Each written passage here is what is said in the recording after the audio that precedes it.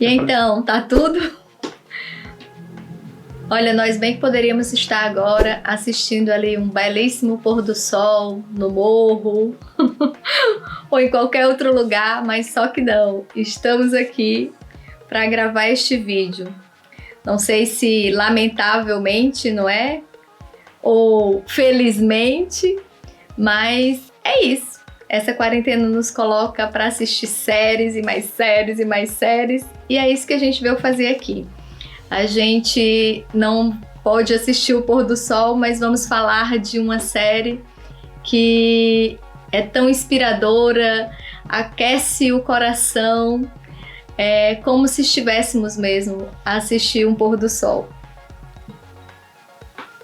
É minha parte? Pronto, é a minha parte. Ok, a gente tenta ensaiar as coisas, mas nada acontece como combinado. Então, o que acontece? Não teve ensaio nenhum. Podemos começar pelos seguintes planos. Assim, é uma coisa despretensiosa, isso que nós estamos querendo fazer. Sem roteiro, sem organização mental, porque quando a gente tenta fazer uma organização mental e roteiro, as coisas não correm bem do nosso lado. Não quer dizer que isso na vida vai fazer. Claro que na vida, às vezes, nos trabalhos precisamos de organização, tempo, disciplina, time e outras coisitas. Enfim, é uma forma despretensiosa da gente tentar fazer alguma coisa interessante para nós, e se alguém quiser assistir, que pode assistir, não há problema, pode dar um dislike ou like, assim como queira. Então, o nosso papel aqui é muito simples, é tentar falar da forma mais clara e menos formal possível a respeito das coisas que a gente gosta.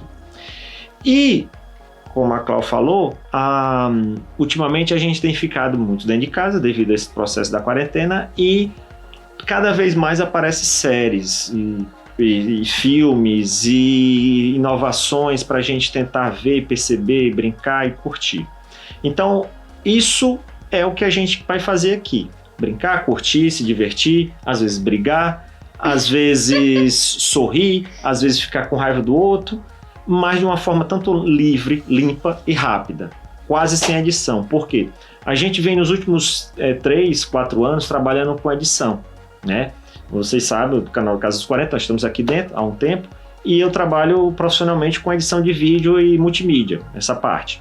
E isso leva 70%, 80% do meu dia, às vezes, a trabalhar com isso.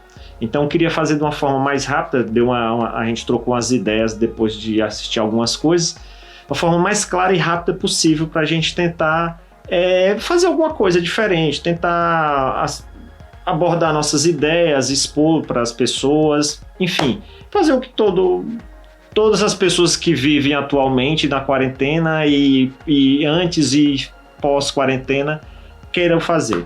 Não queremos fazer live, então não vamos fazer live. Vai ser uma live não stream, podemos dizer isso, né? Que tentamos de maneira mais rápida possível. Não vou dizer que não vai ter corte, porque pode ser que uma luz caia, a gente sinta dor de barriga e tenha que correr pro banheiro. Enfim, várias coisinhas que podem não fugir do nosso controle. Pois é, não é bem o propósito, né? Como já falou, mas reforçando aqui um pouco, não é o propósito da Casa dos 40 ter um novo quadro, um novo cômodo, digamos melhor, para falar disso, né? De filmes e afins. Mas vamos criar esse novo cômodo para falar ou dar dicas, não sei se vai ser bem dar dicas, mas talvez de certa forma fica como dando dicas, não é? Mas para falar das nossas séries favoritas, das não favoritas, dos filmes também, do que a gente vai fazer em termos de viagem cinematográfica pelos próximos meses e quem sabe até anos, não é? Porque a gente não sabe como é que vai ficar, né? Ainda essa questão, né? Da quarentena, quantos dias vão durar essa quarentena, pós-quarentena, né? E o pós-quarentena, né? Porque, ainda resta aí, como todo mundo tá a saber, e aí não vamos focar nisso, porque já tá um assunto bem mastigado. E então, são muitas incertezas, muitas dúvidas, mas vamos falar aqui do que interessa. E pode começar. Bem, uma série que nos tocou bastante ultimamente, caiu no nosso colo, podemos dizer assim, é Tales from the Loop. É uma série da Amazon Prime Video, né? Ela estreou agora no começo de abril, e é uma série que é uma série para se ver, se deleitar, assistir com calma, com paciência. Isso não sou eu que estou a dizer, isso quem disse foi Jude Foster, nos bônus que tem lá nessa série, Contos do Loop, né, o Tales from the Loop. Ela é uma das diretoras dessa série, porque a série é uma série que tem vários diretores por episódio, e a Jude Foster foi convidada para dirigir o último episódio. A série toda é belíssima, mas tendo a Jude Foster, que é um ícone da década de 80 e 90, a dirigir o último episódio, deu uma gana, uma vontade melhor de assistir. Então, podemos dizer assim que é uma série de tempo dilatado. Costumam dizer isso às vezes no cinema. É uma série para ver o tempo passar. É uma série para ver a montagem, a edição e a narrativa tudo bem encaixada, tudo bem organizada, numa grande obra no final. Primeiro, esta é a minha visão. A visão de outros críticos, né, que trabalham com isso, tem um outro ponto de referência. Mas, enfim, é uma série que, podemos dizer assim, que resgata uma áurea dos anos 80. Não comparando isto com Stranger Things, com outras séries que tem aí que estão a resgatar esse processo. Mas é uma série que traz uma narrativa muito parecida com a década de 80, que se passar na década de 80, mas com elementos da década de 50 e 60. Aí você percebe ali carros, a música, as roupas desse período, até chegar às casas. Então é uma série que mexe muito com você. Ela tem um outro ponto que foi baseado nas ilustrações, podemos o artwork, né, do Simon Steinheim, que é um sueco. Ele é um ilustrador que tem um universo próprio, esse universo realmente bucólico que mistura com tecnologia, com artefatos tecnológicos ali. E vocês podem seguir o Simon no Instagram. Ele tem um Instagram que é muito bem acessado, bem seguido, e ele é bem ativo nesse papel. E podemos dizer que é gostoso de assistir, é uma série que vai te proporcionar momentos cinematográficos antigos, que quem viveu a década de 80, assistiu os filmes do Steven Spielberg, vai lembrar um pouquinho desse passear das crianças, a mistura da narrativa dos adultos com as crianças e a tecnologia. E o jogo? Ah, o jogo. Chama o jogo, eu sempre quis dizer isso. O jogo é o seguinte, o Tales from the Loop é um RPG também, né? O Simon, ele junto com alguma empresa, não vou especificar, como eu disse, é uma coisa despretensiosa. Nós não vamos ficar aqui dizendo quem é o diretor de tal, que fez tal filme no ano de 2000 e tal, que ganhou o Oscar. Eu não vou falar sobre isso. Eu não quero e nem vamos ficar aqui correndo atrás de dizer que é o diretor tal, do filme tal, que contracenou com quem. Vamos falar de uma forma mais rápida e clara. Então, existe um RPG chamado Tales from the Loop, que também tem um universo muito particular do Simon e muito particular que existe na série. É isto, o jogo. Eu quero brincar desse jogo ainda. É um jogo de mesa, a malta que gosta de RPG deve conhecer o Tales from the Loop. Bem, e... Pode falar, não tenha medo. Aqui é sem medo e sem vergonha. Logo no primeiro episódio, né, o idealizador do Loop, que é um senhor, né, tipo um cientista, penso que podemos chamá-lo de cientista. Ele é um cientista. Ele nos convida, eu não sei o nome dele, não deu para gravar o nome dele. Não, como eu disse, não nos interessa nesse momento ficar. Então, a gente na hora sabe, mas... Ele nos convida a conhecer, não é? Literalmente ele nos convida, ele faz tipo uma apresentação, começa com ele a falar, fazendo uma apresentação, nos convidando para conhecer os contos que serão baseados na rotina, né, dos habitantes daquela pequena cidade, que é aparentemente pacata e que está localizada acima das instalações de pesquisa, né, que é um centro de pesquisa. De um centro de pesquisa, né, onde se encontra essa máquina chamada Deloop, que ela é capaz de desenvolver e de explorar diversos mistérios do universo, né? Então já começa tipo bem.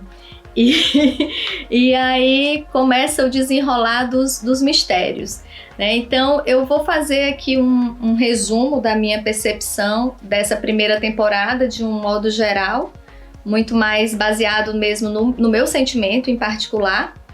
Afinal, estamos de quarentena e eu particularmente, apesar de estar bem, né, estamos bem porque temos trabalhado tanto que às vezes não dá nem tempo para sofrer, mas, né, sempre fica ali aquele momentozinho nostalgia, né? Então, meio que tem aqueles momentos de levar tudo pro lado do coração e essa série meio que fez isso, ela trouxe muito pro meu coração. E a história, ela adota uma narrativa onde cada episódio segue um ponto de vista de um personagem diferente, né? Mas meio que todos acabam interligados de alguma forma. Como não é uma história com sequência, não sei se pode se dizer assim, mas existe ali uma ligação, né? Uma conexão, né? Entre as histórias. E apenas 2 delas não têm essa conexão tão direta, porque são inclusive os episódios, o episódio 3, que é o êxtase, e o 6, que é o paralelo, né? Eles sai assim um pouco da linha, você percebe que ele se distancia da trama principal, mas não deixa de ser menos importante, não é? Porque ele acaba que ele mantém o seu, assim, ele tem o seu charme da mesma forma e ele acaba mantendo o foco que, na minha opinião, são as pessoas, os seus sonhos, as relações de confiança, os desejos mais profundos de cada um dos personagens, né? Principalmente em Paralelo, que começa com a história de universos paralelos, mas se transforma num drama, né? Num drama amoroso. E, na verdade, esses dois episódios que meio que se distancia, que perde ali uma conexão, eles tratam muito mais disso, assim, da relação, trata de várias coisas, mas também tem esse peso ali no drama do amor, né? E aí, o que acontece mais? E mesmo assim, uma dica, mesmo eles parecendo, né, aleatórios, no sentido, tipo, cada história, como o Dom falou, tem um diretor, né, então eles podem ser assistidos individualmente, mas eu aconselho que assistam na mesma ordem que é sugerido, porque por mais que eles pareçam aleatórios, mas eles vão se conectando, você vai ver que a história vai fazer muito mais sentido no final, se você assistir dentro da ordem. É porque os personagens, eles são apresentados quase assim no primeiro episódio e no segundo episódio, e aí eles vão se reconectando à medida que um personagem meio que passa pela narrativa do outro, e isso no próximo episódio já é a narrativa desse personagem que permeou um pouquinho. Podemos dizer que é um grande filme separado e segmentado em vários pedaços. E para quem gosta de universos paralelos, saltos temporais, é um filme perfeito para isso. É um filme, é uma série. Como eu disse, é um filme grande. Até porque são quase 8 horas, né? Cada episódio tem mais ou menos 50 minutos. E são 8 episódios, ou seja, dá para assistir num dia. É um filme bem longo. E faz aí vários intervalinhos e dá para assistir, assim, tirar um domingo ou um sábado para assistir.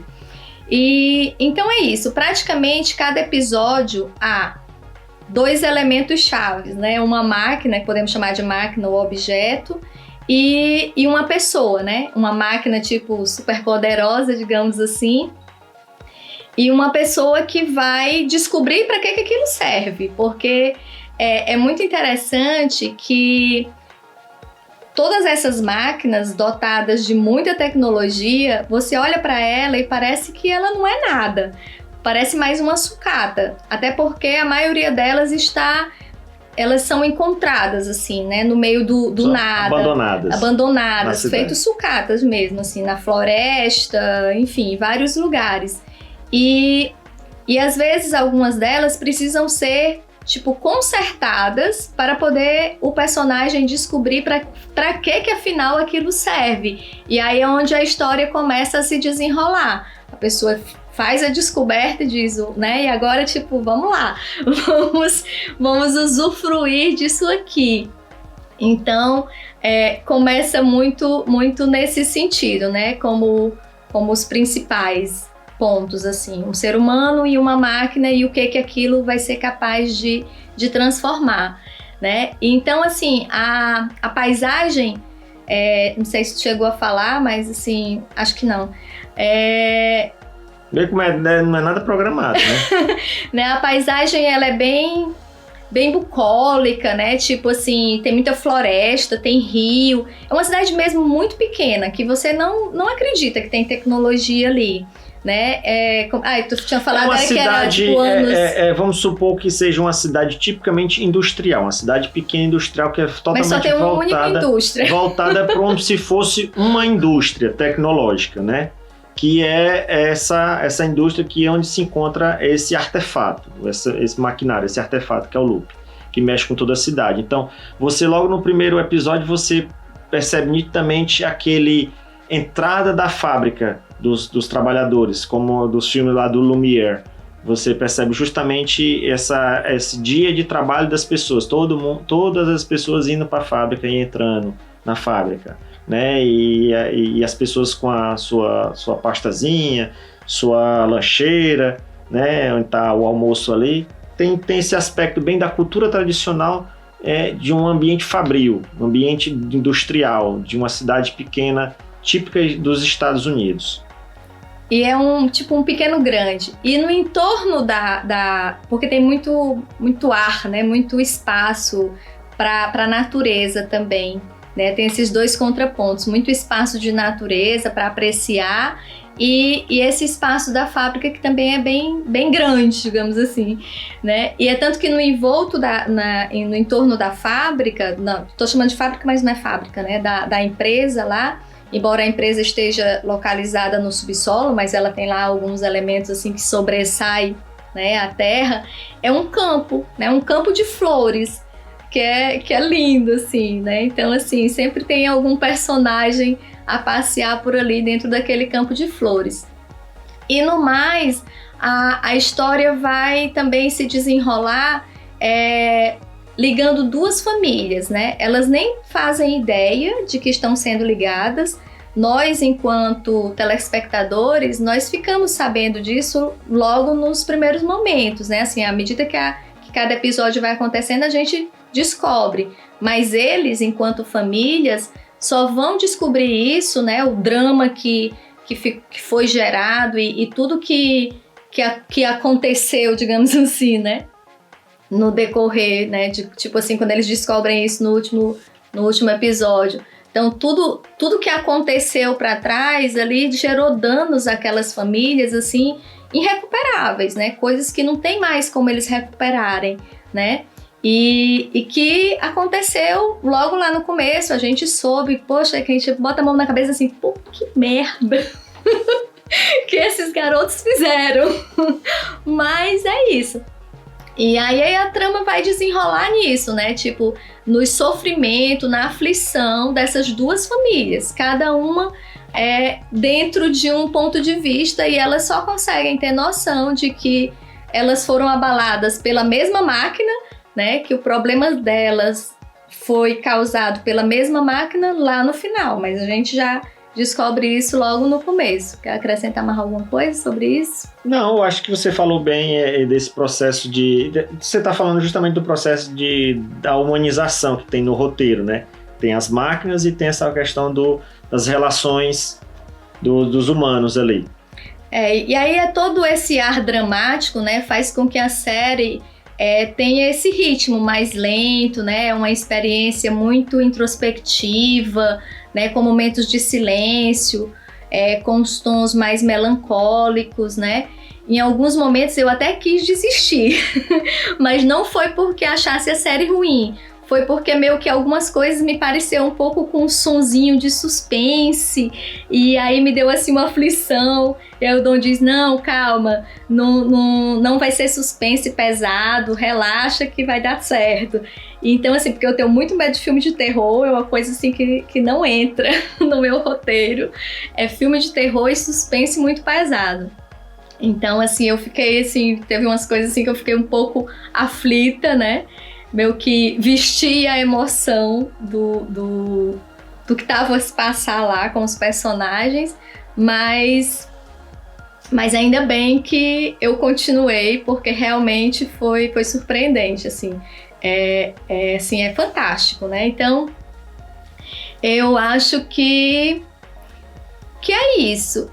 E aí daí eu já estava, né, meio envolvida ali no drama e, tipo, com o meu lado emoção, eu devo também confessar que teve, assim, alguns conflitos que eu já ia, tipo, encerrar e me lembrei de uma coisa, assim, que foi muito importante pra mim, assim, que meu... Sei lá, importante no sentido...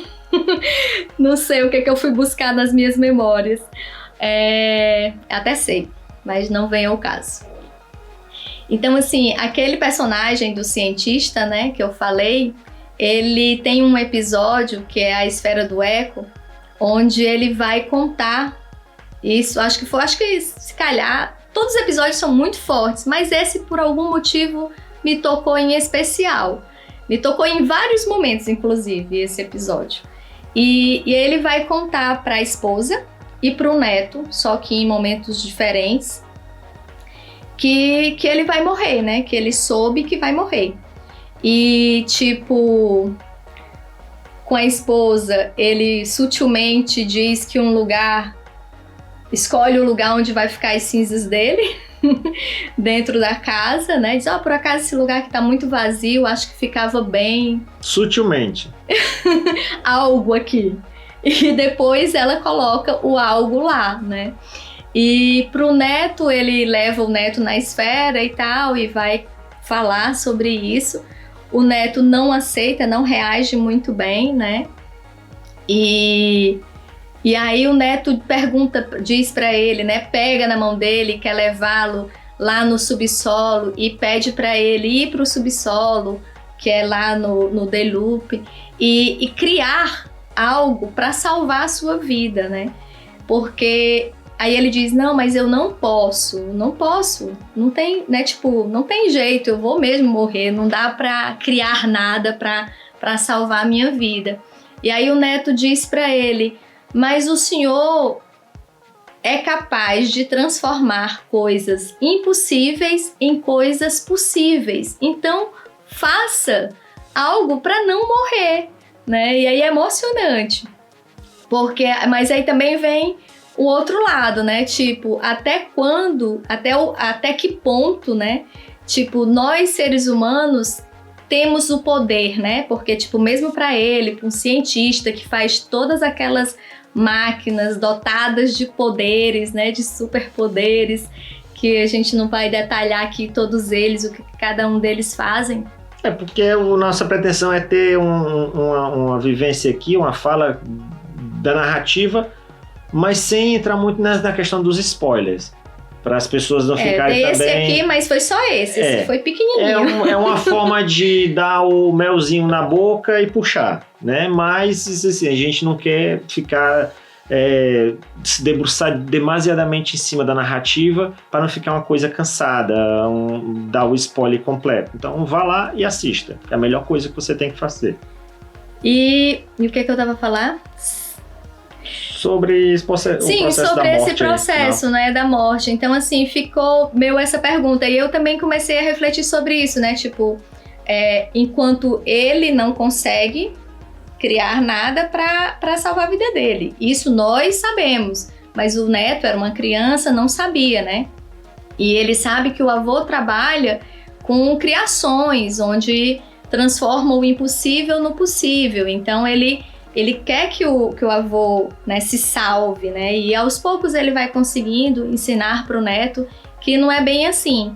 E aí já, do meu ponto de vista, uma coisa também assim que me chamou muita atenção é que essas máquinas superpoderosas, eu não sei se eu já cheguei a citar... eu não sei se eu já cheguei a citar isso aqui agora, mas tipo, elas eram encontradas, né, sempre com algum probleminha, precisava de alguma peça para funcionar, ou seja, se a gente levar em consideração que tudo tem vida, né, porque também teve um momento no primeiro episódio que uma menina diz para o menino, né, tipo, o menino tá atirando pedras num robô em que eles encontram na floresta e ela briga com ele e diz, olha, não faça isso, você iria gostar que fizessem isso com você? Né? E aí ele olha assim, como quem diz, claro que não, então ele parou de fazer, né? Aí fica aquela coisa, não faça com o outro que você não quer que faça consigo, né?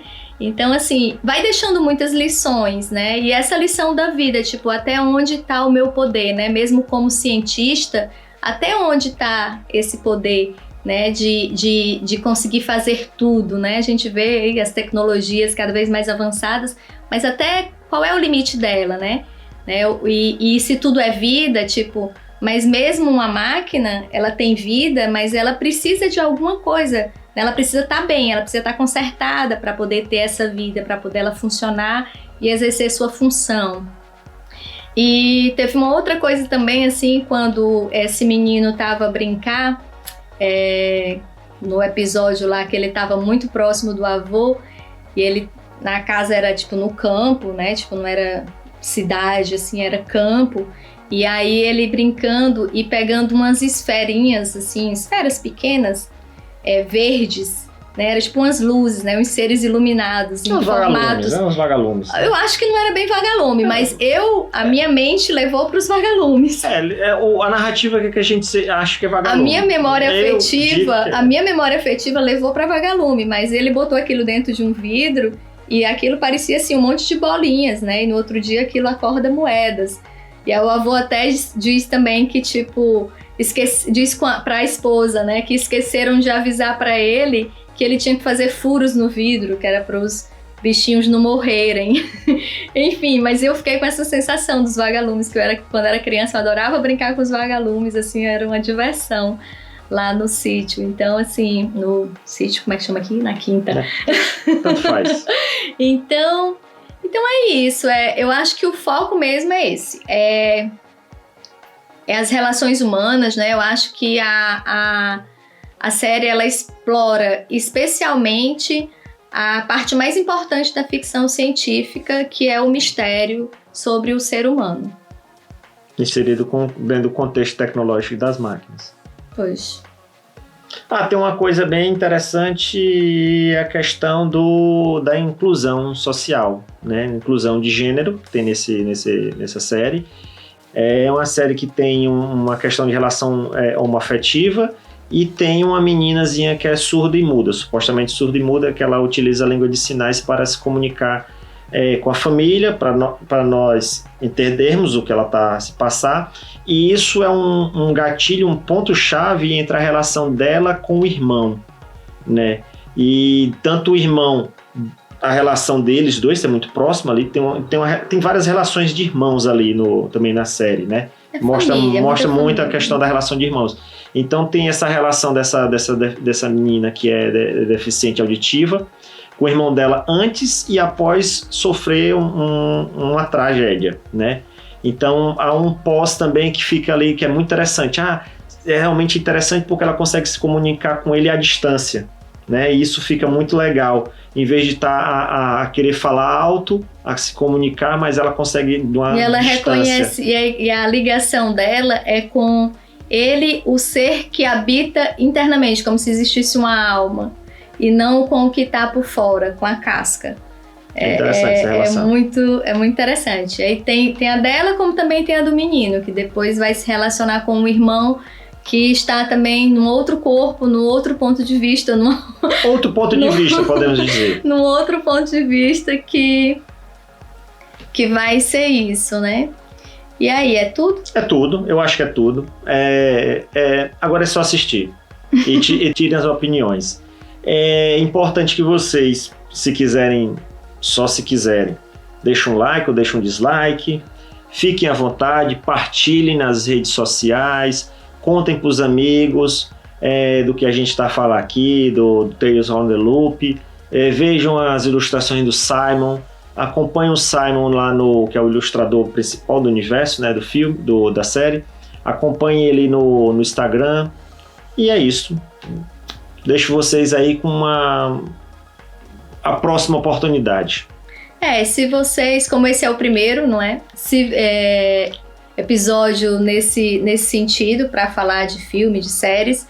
Então, se vocês gostaram desse formato, acha que é interessante, acha que vale a pena falar de outras coisas, que se vocês gostariam de que a gente continuasse a partilhar com vocês, o que a gente está consumindo, não é, nesse período, e não só nesse período, né, porque também a gente consome filme desde sempre.